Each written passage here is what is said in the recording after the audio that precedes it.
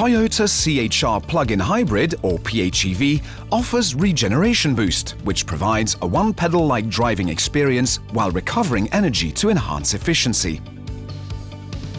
In this video, you will learn how to choose a level of regeneration, turn on Regeneration Boost, and make the most of this amazing feature.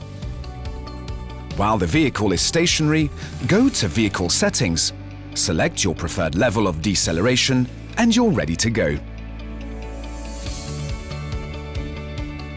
To activate Regeneration Boost, simply shift to B, and you can drive the car using just the accelerator.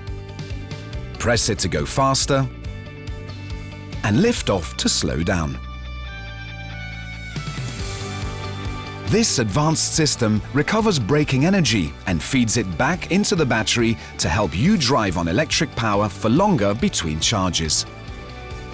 It only takes a few minutes to get used to, and you may find that it makes driving easier. Remember that you will need to press the brake for a complete stop.